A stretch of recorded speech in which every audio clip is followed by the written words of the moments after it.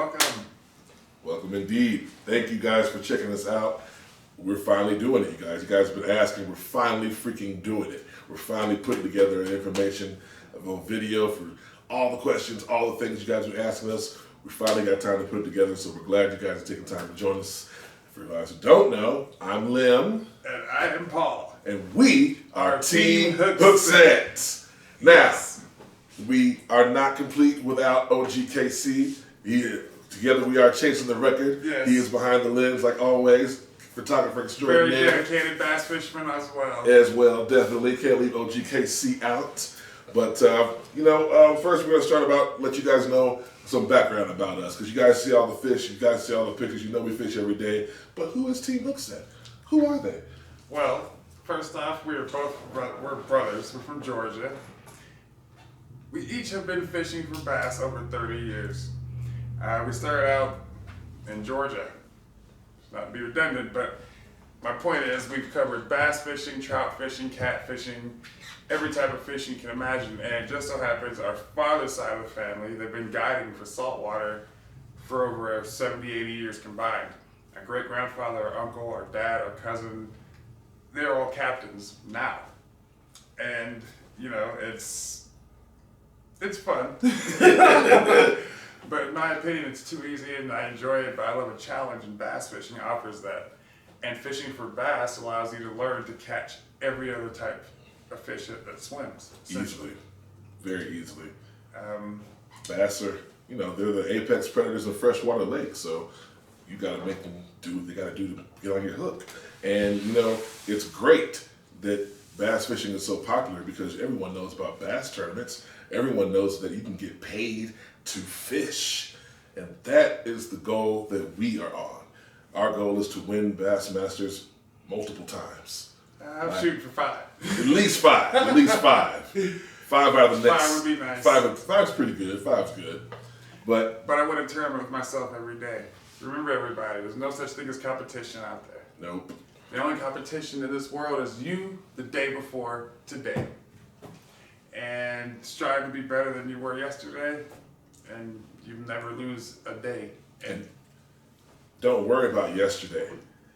Fish don't eat all the time. No. But you can still catch them mostly all the time if you're dedicated. Now, sometimes, of course, it always takes a little bit of luck, but if you put together the right techniques, the right philosophies, the right ideas, the right times, you'll put yourself in a better position to be a little bit more successful. So we're definitely going to cover all of that for you guys here today. Hey, Paul, what month is it? Is it January? It's January 1st, or... What is today, 13th? 13th of January, Hump Day. 2021, and... Wintertime. We live in Colorado presently, and right now there are certain lakes that obviously are frozen. It's dead of winter. But there are a few lakes that never freeze here. You can imagine that. Along the Front Range, there are certain mountains that block weather systems, and they prevent that cold from rolling across the body of water like it should, versus other parts of the Front Range. Some of these lakes also have springs in them, and groundwater typically is in the lower to upper 30s, above freezing is the whole point. And if you can find that and the day gets windy, doesn't have to even be sunny. If it's windy enough, that water under the ice will blow over the ice and melt it. Obviously, in the middle of winter, those conditions sometimes aren't the best to be fishing, but often throughout the year, no matter if it's warm or cold, some of the worst fishing weather is when the biggest bass eat.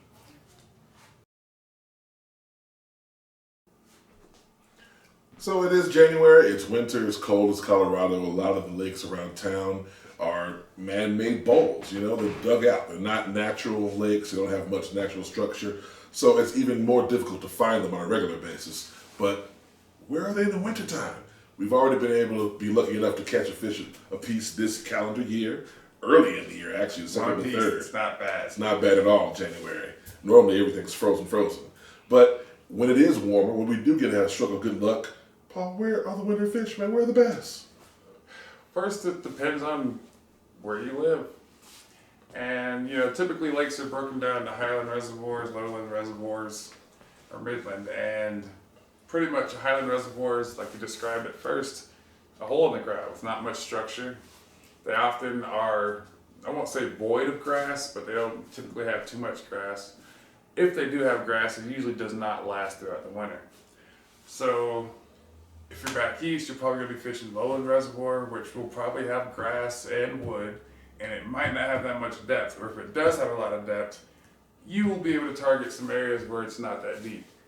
And a lot of people believe that fish go deep in the winter. That's only if they have to.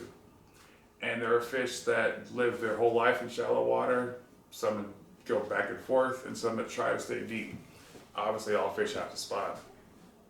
So, where are they in the wintertime? We're in Denver, and first thing we try to do, see if there's any open water.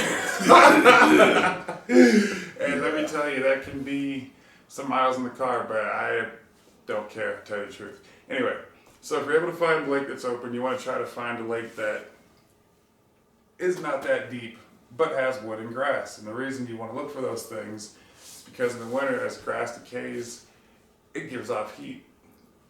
At the same time, the heat that it gives off dissolves oxygen, so sometimes if you catch fish early spring, lake will melt, you might see a few fish that died.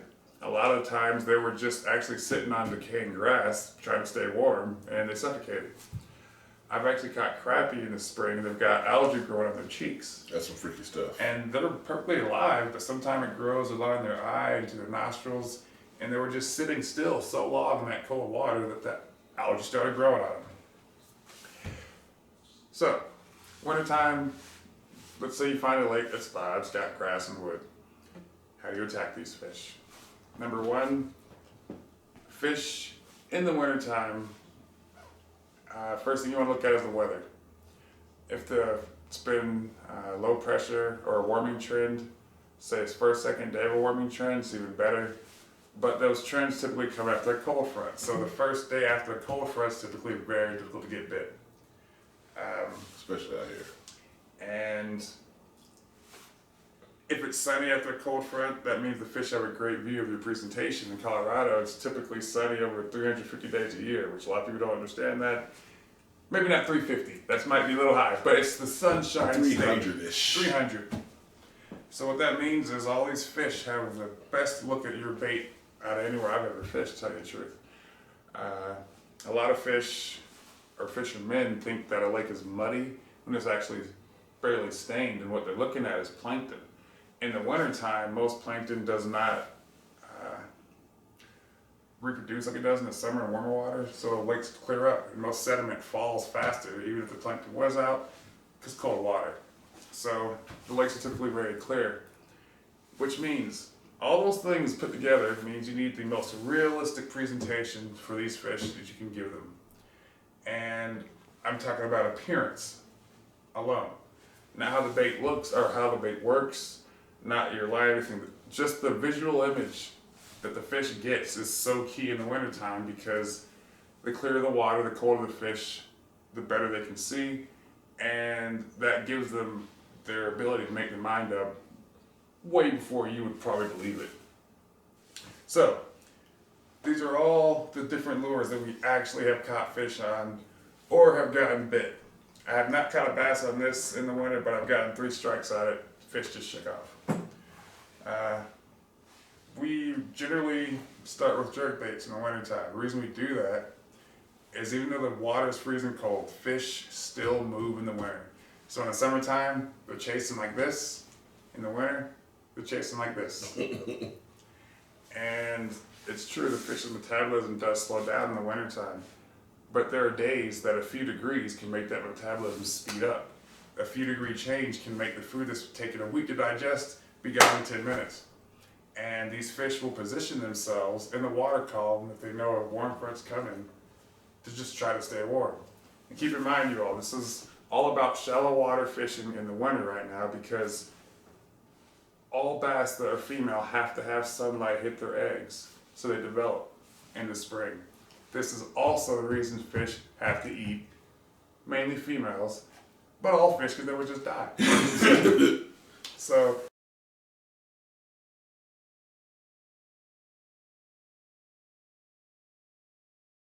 all right, so we know the type of lakes that we have around town. We know what to expect in the conditions as this type of year for the water. what is the bass primarily eating this time of year? Is it shad? You know, most of the shad die off in the fall and the spring. I mean, in the winter time, but you know, a lot of them survive. But think about what shad do, though. They always swim around. What are bass? Bass are ambush predators. And yes, bass love shad. They love to eat them. But bass don't actually opt for chasing their food source all around all day. They'd rather sit there and conserve all their energy. This is a common thing amongst all predators, even underwater. If I have to walk 10 miles to get my lunch, I'm not going to be that happy about it. But if my lunch is going to come to me 10 miles to my front doorstep, I'll take it that way, and that's how most predators think. So, reality is a bass actually prefers to eat a bluegill.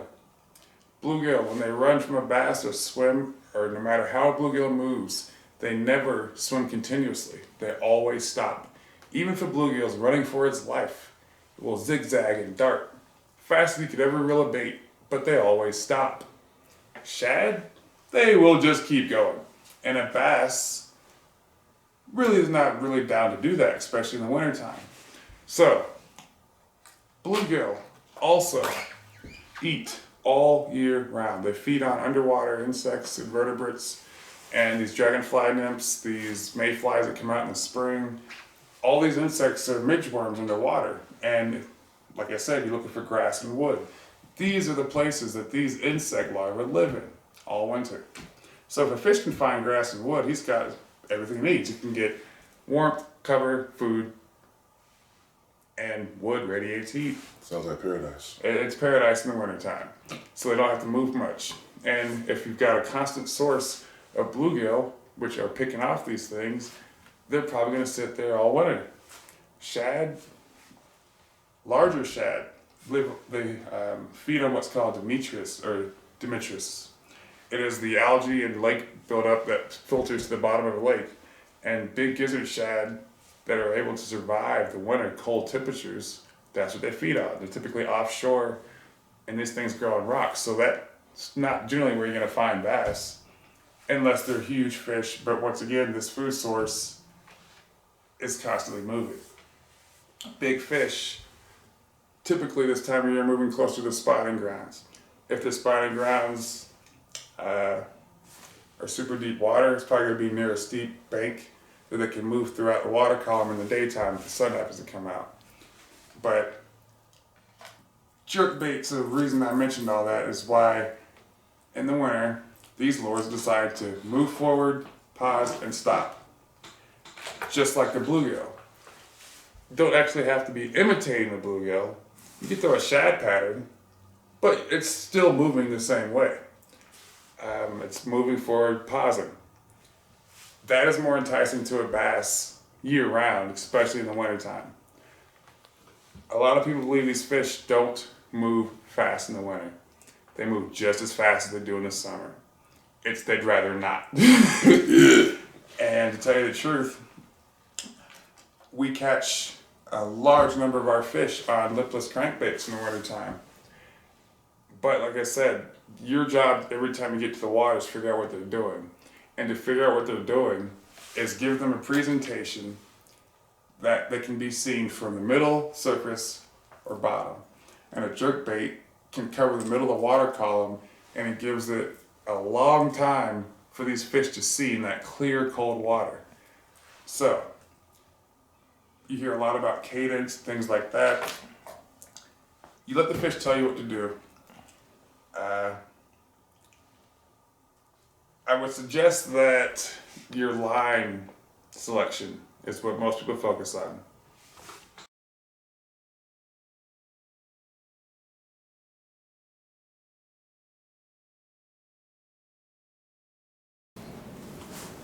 Welcome back, everybody. I think I left off on line. Line with jerkbaits. All right. Movement. Cold water. Line with jerkbaits. Number one, I don't think any fisherman enjoys losing the lure. No. I don't. No. Even if it was free and I found it on the ground, I don't like losing anything. And I pick up lures I'm not even going to use. Throw them in the tackle box. Yeah. These are baits I can give away. Anyway, I prefer to use heavy line. And I'm only saying it's heavy line because most people never throw line. size we do for the lures that we use it on. 15-pound fluorocarbon, 16-pound fluorocarbon is what I throw jerk baits on. That's pretty much year round. I don't care where I'm throwing it. I'm starting with 15 and I might go up to 20, I tell you the truth.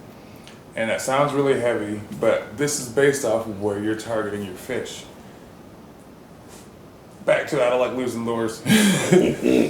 And so I try to pair my baits in the wintertime, especially on a jerk bait, with line that can bend out or almost bend out the hooks on the lure. And this is because I target wood and just 3 sets of treble hooks. You have a good chance of getting hung up. You'd be surprised at how well these baits work through wood in the wintertime, but you gotta remember the water's freezing cold and algae takes over more so than grass. Algae covers the surface of all the hard surfaces in the lake.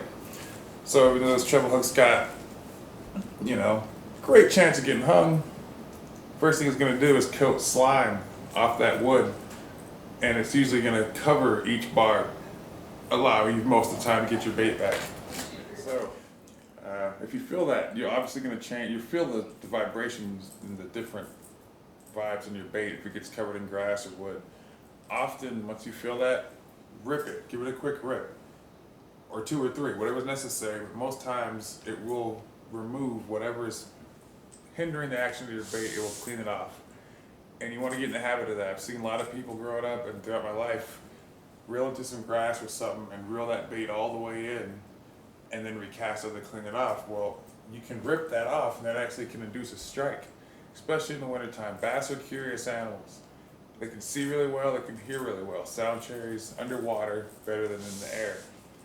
And so as an example, say you get this bait covered in algae or mud or something on the bottom, then you rip it off. That bait's gonna come out clean, leaving a big ball of debris and mud and algae. We've literally seen this happen countless times. Fish will come and investigate that ball. And all the bait fish will come investigate it.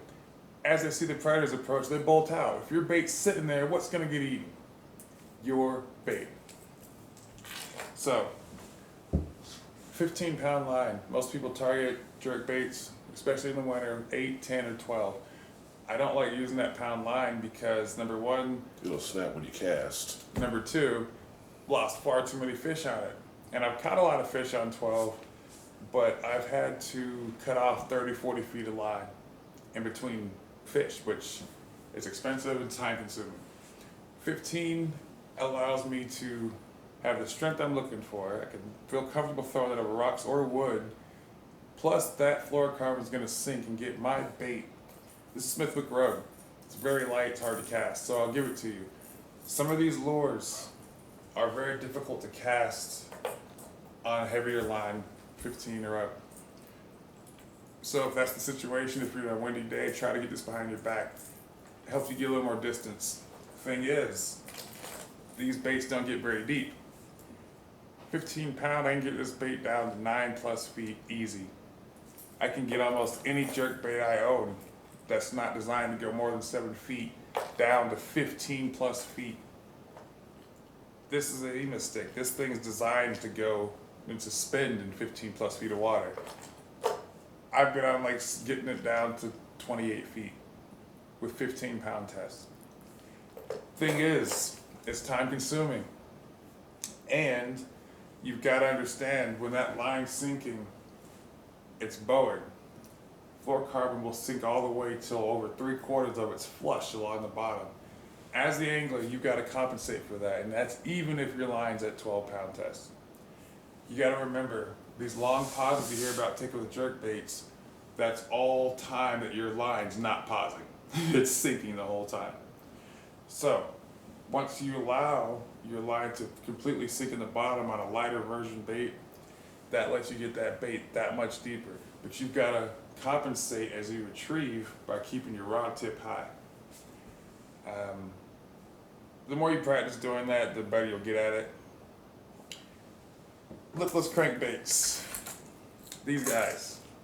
Deadly. If you're in Highland water, chuck and crank just to get a feel for if there's any structure out there, any cover that you might hit with it. It's a great bait to find the depth of water, find out what's out there, because it will tell you everything you're hitting. You can feel it. It will grab grass and let you know what's down there. These lures are such search tools, it's not even funny. Yeah. Year round. Yes. A jig, a heavy jig. If you don't have a sonar, you're fishing from the bank like most of us, that jig is your fish finder, in the sense of it's telling you the structure, the layout of the lake. If you get bit, well, you found a fish. But it's more important not to focus ever on where the fish are. It's always where the fish like to live. These baits are wiggle-works. Last year, I went down to Georgia this month. It was 42-degree water to 39-degree water. It was 20+ mile-per-hour winds for the entire week I was fishing. Caught like 40 pounds in less than 3 feet of water. And I did that because it had rained the week before I got there, and I was targeting points and anywhere where water was flowing. That water flowing in was uncovering bluegill, plus carrying sediment from the forest flowing into that lake. And the fish, I caught one bass, it was 4+ pounds. This rattle trap in less than a foot of water in January, 39-degree water. And the biggest thing that helps us catch fish this time of year is not buying into any of the myths. Like I said earlier, fish can move as fast as they want to, whenever they want to. But being predators, they only do that when the food source is reliable and they think it's going away. These are all what we call, crankbaits, right? Crankbaits, yeah. So that I've means... call these rattle traps. Yeah, you know, they're not Bill Lewis, but we know people like to call them lipless. We're from the old school. These are rattle traps. Our dad calls these things plugs. Because that's what they are. Because if they hit you, they'll take a plug out of you. Right, yes. So, yeah, some people haven't heard this term, but so lipless in the winter. Cover water, cover water, cover water. This is the, matter of fact, keep casting. That is the biggest key to catching bass over any of this gear, these rods, anything, no matter what you're fishing with, even if it's your hand and some line. I've seen people catch fish bigger than you would have believed on a soda can. Mm-hmm. And we started catching bass on a rod, a stick, line and a hook with bread. And the reason I caught the first bass is it was eating the bluegill I was targeting. That's when I switched over to bass fishing. But keep casting. You can't ever catch any fish, no matter what it is, if your line's not in the water. Don't give up. Keep casting. The greatest people in the world, people know who Michael Jordan is, they like basketball. How many days do you think Michael Jordan was like, I won't take that extra free throw? I'm good enough. Never. Have that mentality when it comes to this, because we are dealing with animals that can think for themselves, that have free will. We cannot see them. We can accept this fact that I'm about to tell you. It's a harsh reality. How many fish do you think we cast by in the lakes we fish in the winter? Thousands. How many casts do you think it takes to cast by those fish? 1. 1, 8, 9? 1. Average 1. And we're serious. It's ridiculous the amount of fish that are in these bodies of water, even these man-made lakes. And it's ridiculous the amount of fish your lure passes each time you cast it. You may not believe it. It's indescribable. There are hundreds of fish staring at your lure like, nope. Every cast. Nope. Every cast. Nope. But that one cast, though, that last cast you make, after you've been outside in the summer heat for 13, 14 hours, or in the not getting degrees, anything. 14 degrees, wind blowing. It's the only reason the lake's open in that temperature. That's when it counts. Every cast. If you leave, that fish is not going to bite your bait. And I understand that a lot of people think that there's a timetable to when, I put this together, I threw it at the bait, the fish aren't hungry. Well, the bass fishing, with most fish you guys catch or have ever caught, are not hungry. We're capitalizing on the predatory instinct, their curious nature, and we made them make a quick decision. Most fish you ever catch are not hungry. And another reality is most fish we catch are not trying to eat our lure. Nope. They were chasing a live animal, and our lure was an easier target. This goes back to all the thousands of fish we cast by. There's a lot of real fish that they eat that they're staring at. So we're trying to take these lures that some don't even look real, y'all, and fool an animal with free will and has real food sitting right next to it. You ever seen a fish look like this? I mean, this looks like this fish went to a witch doctor and got a prosthetic leg, you know? But you present this right all day, all Yes. day, all day. So, you know, the wintertime can be tough fishing. Like I said, we prefer to power fish. I'm sure you all know what these are. These are Ned rigs, different types of Ned rigs. And with the Ned rigs I throw, which is, tell you the truth, not often at all, these are all different style heads. There's different style heads and they're different weights. The different weights for rate of fall. The different style is for what I'm pulling it through and the propensity of getting hung and the ease of ripping it through that algae and grass I told you about earlier. The thing about these baits is you actually kind of wanted to get hung up in the weeds and grass this time of year, but not the algae. The algae covers the bait up, ruins the action. And it looks like one of those fish I told you about that has algae growing on it, which does not look appetizing to a predator.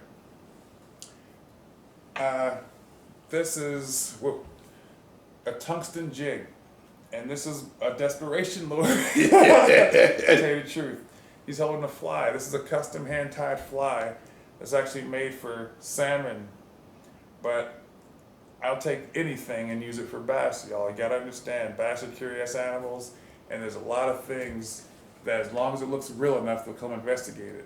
You give them that sense of it might get away, they'll eat it.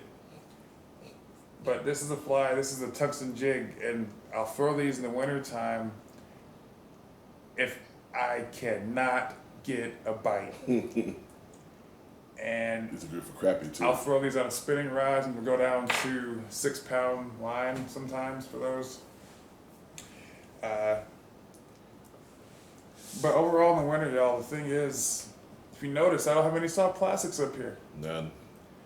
Because we don't catch fish on soft plastics in the winter, not here. In Georgia, grew up catching them on a jig. I could catch a bass every day in the winter. In Georgia on a black and blue jig, doesn't matter. I will tell you that I didn't believe that these baits worked back then. Man. I had all these in my tackle box. I would take one lure to the lake. I'd be out there for hours. Come back all happy because I caught one bass. Which I was happy, but it's a learning experience. And fish move just as fast as they do in the winter as they do in the summer. But they don't want to. So this is why, if you notice the theme of these baits, they all look very real. These are all bluegill. These are crawfish. These are all shad. These are all shad, bluegill, and crawfish. So, main food source in the wintertime, crawfish generally hibernate. Most of them that are active are near the surface, but they will come out for heat and they'll dig and burrow into the rocks. Shad typically die off. They're the small, can't handle the temperatures. So the most reliable food source is this, bluegill, year round. Especially in Colorado. Yes. And if you want to really capitalize on winter fishing, target on bluegill. Bluegill are always easier for a bass to catch and eat. They provide more nutrients than a shad. They require the bass taking a little more danger and risk involved with the spikes in the back. This is why bass jump up, shake their heads. They'll throw big old baits just like this because they're scared of these barbs getting stuck in their throats. So a lot of times we're out fishing, you'll have a huge slam in your bait, then it'll go limp.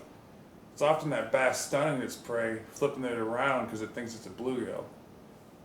And a lot of guys will tell you with these jerk baits, And topwater fishing, give it time. It's been my experience, you react as quickly as you feel anything. Always. Always. Oh man. This goes back to line selection. So, if you guys don't know, we're big guys. I'm 6'7", like 280. I'm 6'4", over So 300.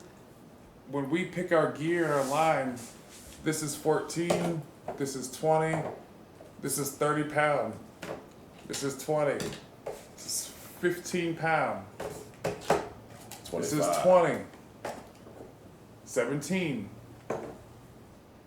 When you're setting a hook on a fish, you need your equipment to handle pretty much however much exertion you can exert on that gear while not losing your fish. And what I mean is, for types of power fishing like this swim bait, if you hook a fish on this, yes, you are actually supposed to set that hook as hard as you can and crank it till you get them. That's only possible if your gear can handle it. Now mind you, the gear that can handle me doing that with this bait is going to be very different than the gear that you might need at home trying to use this same lure. I mean, people might only be able to cast my rod that I throw this on 10 times before they're tired. So a lot of people hear suggestions about equipment. It's all tailor-made to fit. And for me, almost no standard suggestion for fishing equipment works because I'm bigger than almost all these anglers. And then I've tailored my fishing style to me, so I know what gear I need. So when I wouldn't recommend exactly telling anyone what type gear they need for them other than lures. And this misconception, if I can't work this bait right with the wrong setup, don't think that way. I've caught bass on a bright sunny day. It was 83 degrees. It was just beginning of summer on 20-pound line, crystal clear lake. Bass came up and drilled this thing. 20-pound fluorocarbon. So most people would think that's not the case, but I don't throw it on 20-pound every day. But like I said, if the situation calls for it, do it. And if you don't know, try it. Definitely try it. Always try it. Especially when it's slow. When you're in a situation when it's slow and you're in an area where you know fish should be and you're not getting any bites, no reaction or anything, try some new stuff. That's when you start mixing your soft plastic arrangements. That's when you start throwing the same things you were throwing, but moving them differently. Yes. Pausing them longer. Yes. Maybe a heavier line. Bring it from a different angle, perhaps. Or move it faster. Yeah, speed it up. And like vary your retreat. Like he's saying, this has to become second nature to you. Because with fishing, it's not like you can give a person a regiment. Every situation, every cast is different. Things are constantly changing. The sun's always moving. The light's always changing underwater. And remember, when you think about fishing, fish don't see these baits the way we see them. When the lure is underwater, as it goes deeper into the water column, these colors actually change. And it's not that the paint on the lure is changing, it's just how water affects light as it goes under. Dark blue is the best color that can be seen underwater. It can be seen almost 600 feet in the ocean. What do we all know as bass fishermen? Black and blue is a staple. Why do we know that? It can be seen in all water conditions and is a natural color that fish see in their environment. A lot of people don't know this, but if you go out and dig up crawfish, they actually have blue claws. Especially out here. I mean, bright, brilliant blue, just like this. And their body's brown. They come in all kinds of colors. There are over 200 species in America of crawfish. So if you think about how the actual animal can look, then you factor in the water conditions you're fishing in. This is why you have such a wide variety of baits. See, these are all clown patterns. But you see, there are 3 different clown patterns that you can apply based off of what condition the water clarity is in. And it's a trial and error thing. There's no set rule to this. It's a natural thing. If you had success with this certain bait, you go back to the lake. If that was in, let's say, I don't know, a few days' time, I'd say start. It's not a bad idea to start with what you were doing, But if the conditions are completely different, it's probably a bad idea to start with that. And it's frustrating, but fishing's a humbling thing, and you always got to remember you're trying to catch one fish at a time. So all those thousands of fish we said see your lure, you're only trying to trick one at a time. The beauty of that is, if you keep casting, you're actually statistically more likely getting closer to getting a bite. And when that first fish bites, his buddies want more. The frenzy begins. Yes. I love it. All right, guys, real quick, we're going to wrap things up for this episode. We want to cover a couple of things that are out there that may not quite necessarily be clear, that we want to straighten things out for you guys. Number one, we have to stop with my personal best, you guys. Number one, it's redundant. Who else's best could you catch besides your own? Number two, fishing is not about best, quote unquote. Every day, whether you catch something or not, it's a new experience. The best bass I caught was the last bass I caught. In the reference of what he just said, we don't use the term my personal best. Like you said, that's not how you speak correct English, and it's nothing against anyone, I'm not trying to make fun of anybody. But the best fish that I've caught as far as bass fishing was not my largest. I've caught a lot of nice bass. To me, in reference to what people would call their best, it's the situation that I was dealing with when I caught that nice bass. Exactly. And the biggest bass that I've caught that would be my best was a 9-pound male, and I caught that just out of high school in Georgia. And the conditions were, this was a pre-spawn fish that I had no idea was on a bed, but I was at a community lake in an apartment complex, and there was this fountain out there. And I could only get within, it was a long, long cast I was making, but I could only get within, 10, 15 feet of this fountain. I had to use a select type of bait because I needed weight to get the distance. I needed to be shallow running because there were a lot of rocks and there was thick grass, so I needed to run shallow and need to float up to not get hung in this. But in my mind, I knew the time of year, I knew the oxygen, I knew the water was being just completely aerated, so there should be something there. Threw out one of my dad's old 20-year-old man square bells. It was so old it had a solid lip that was the same color as the body. And I threw that out there, and this fish hammered it. It was about a 13-pound female, and it shocked me because it drilled it, almost snatched the rod in my arm, and it jumped. And it threw the bait before I even had a chance to set the hook. And I calmed down and threw it back out there. Now, mind you, in my experience with bass over 10 pounds, if you get a strut like that on a bed, it's very spooked at this point. It's not likely it's going to bite again anytime soon. So my best hope was to just hope to God the fish was still there, honestly. So I cast back out there, and I get bit again. And this fish didn't jump to about halfway in, but I knew it wasn't fighting the size of the one I just lost. But I caught this fish, and it was a 9-pound male. I couldn't believe this was the paired fish with this female I just lost. But y'all gotta understand, a 9-pound bass, that's a male, is insane. It's huge. It's insane. And to me, that is what I tell people is my best bass, because not only is it rare to catch a bass that big, but the situation I was in, I couldn't get any closer. I couldn't really tell, and the further away you are from your bait, the less situational awareness you are of what's going on. This is why traditionally bass fishermen ride the shoreline and flip. They can see everything going on. Well, I like to put as much distance between me and whatever my target is, because fish are not stupid. They can feel the vibration of your boat. They can feel the water displacement. They can hear the sound of you approaching. Not that these animals aren't used to this, but it makes them that much more alert for the time you're there. That's what you don't need. Not at all. For me, my personal best, or my best, I can't believe I just said that. Did I just say that? It's okay. It's a habit. You hear it gotta often. break it. My best fish are all the fish I catch in Colorado. You know why? Because I haven't fished one natural lake in this state yet. So to be able to catch fish and trick the bass in these non-natural conditions, in these high pressure situations, high altitude situations, constantly changing weather, every fish I catch out here is my best. I'm glad you mentioned the weather. The Man. weather changes here more than anywhere we've ever fished, except when we go to Glacier Park for pike, which is up in Montana. Like I said earlier, the underwater situation is always changing. And Bill Dance wrote a famous book years ago, and he's talking about how him and his buddy were worm fishing one day, and they noticed every time a cloud came over, they would not eat a black worm.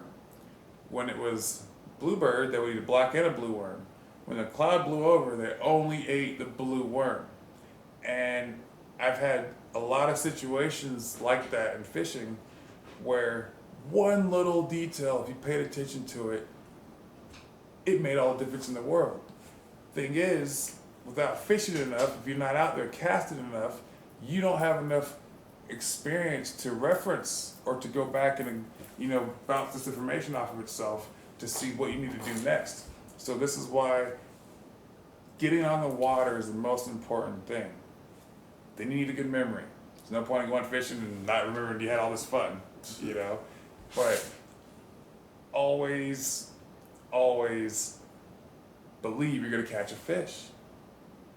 Definitely. If you don't believe it, why even go? And remember this, y'all.